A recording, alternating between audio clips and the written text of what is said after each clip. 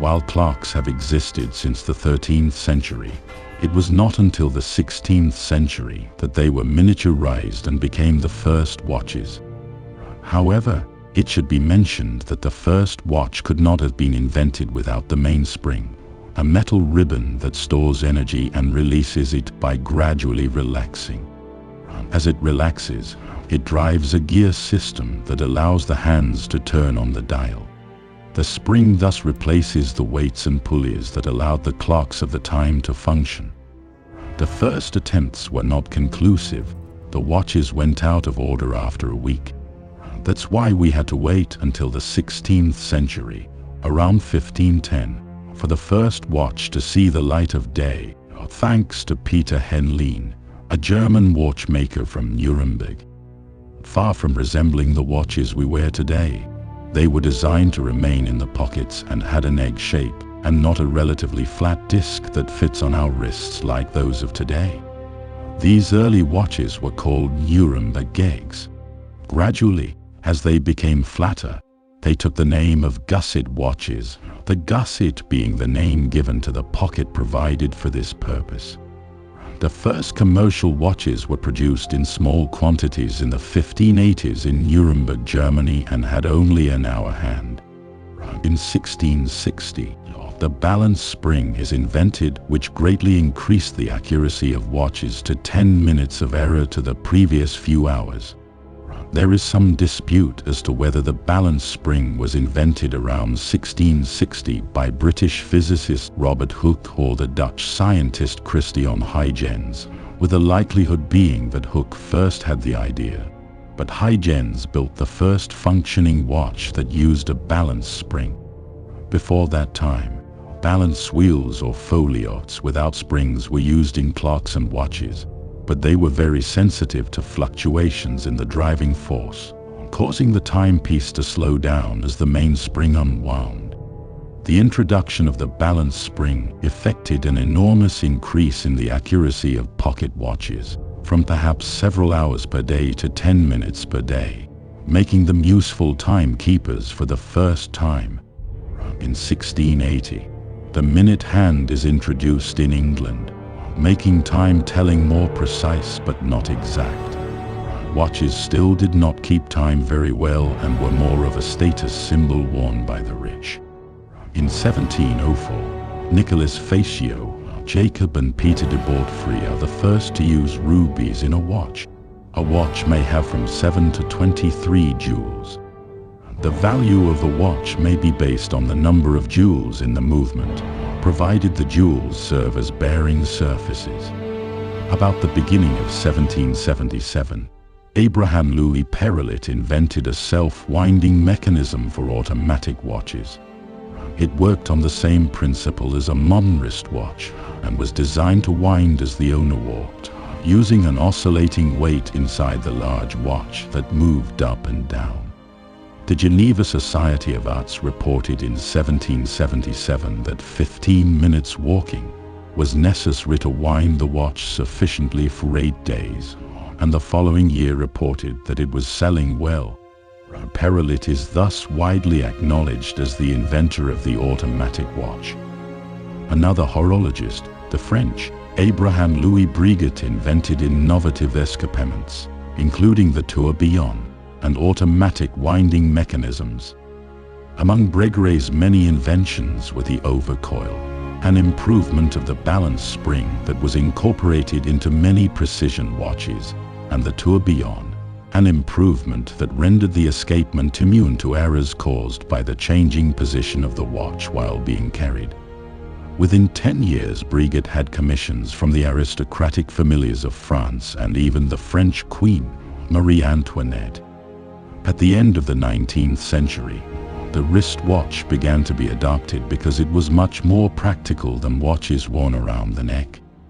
However, this accessory remained almost exclusively reserved for women, as the wristwatch was considered too effeminate by men of the time. It was not until the Boer War in 1899 and the First World War that the wristwatch was adopted by men. Indeed, the wristwatch proved its practicality during the fighting and was very popular.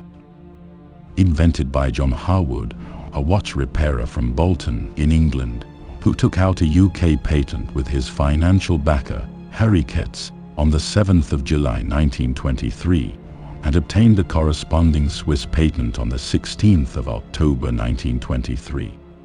The Harwood system used a pivoting weight, which swung as the wearer moved, winding the mainspring. The ratchet mechanism wound the mainspring only when moving in one direction. The weight did not rotate a full 360 degrees. Spring bumpers limited its swing to about 180 degrees to encourage a back and forth motion.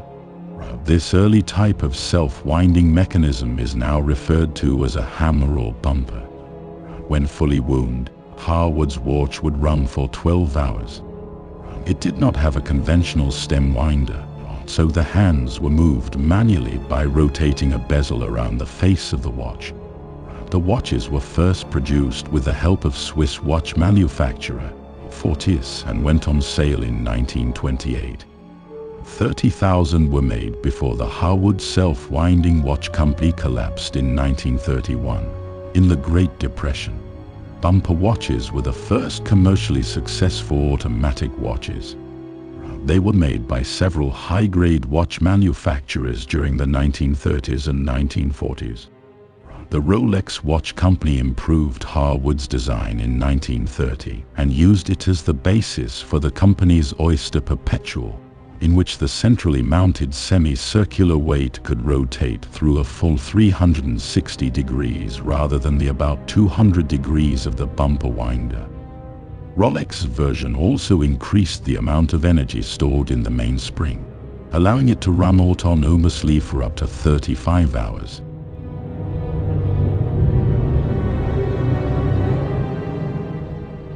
Hamilton Watch Company would be the first to produce and retail an electric watch, beginning in 1957.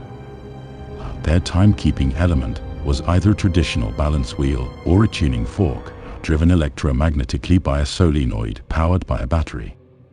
The hands were driven mechanically through a wheel train. Their weak point in early balance wheel electric watches was the switch contacts on the balance wheel, which turned the solenoid on briefly to provide the impulse to keep the wheel oscillating. These wore out and did not operate reliably. They were superseded by quartz watches, which had greater accuracy and durability due to their lower parts count. The first watch operated by a quartz movement was invented in 1927 by Canadian engineer Warren Marrison. At Bell Labs in New York, Marrison was working on frequency standards using quartz as a reference. It was in 1927 that he developed the first quartz clock while working with J.W. Holton. The clock used a block of crystal, stimulated by electricity, to produce pulses at a frequency of 50,000 cycles per second. A sub-multiple controlled frequency generator then divided this down to a usable, regular pulse that drove a synchronous motor. While this first version of the clock was crude, Morrison produced a more refined version in 1928. 10 years later, Isaac Koga, a Japanese scientist and inventor, created the first ever Japanese quartz watch. Using a quartz crystal's property of oscillating at a precise frequency when a voltage is applied to it, the quartz technology significantly improved the watch's accuracy. Those mentioned above were the dawn of the quartz era. The technology was far from being adopted in a wristwatch.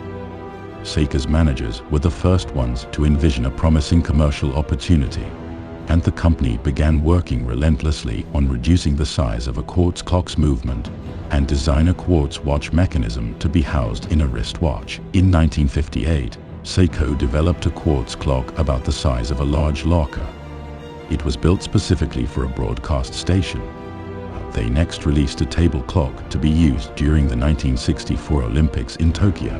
On December 25, 1969, Seiko introduced the quartz Astron. The Astron was unveiled in Tokyo on December 25, 1969, after 10 years of research and development at Suwa Seikasa, a manufacturing company of Seiko Group.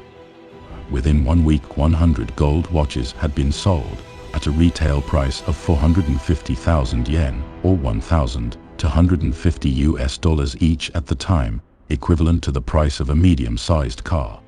Essential elements included a XY-type quartz oscillator, a hybrid integrated circuit, and a phase-locked ultra-small stepping motor to turn its hands.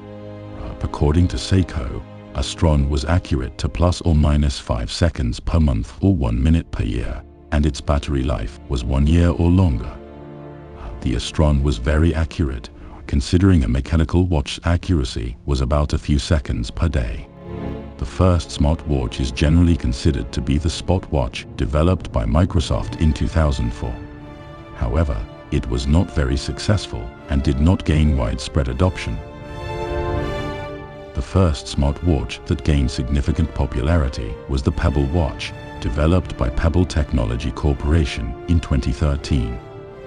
It was funded through a Kickstarter campaign and offered a customizable e-paper display, long battery life, and the ability to connect to a smartphone to receive notifications and control music playback. Since then, many other companies have entered the smartwatch market, including Apple, Samsung, and Fitbit, among others.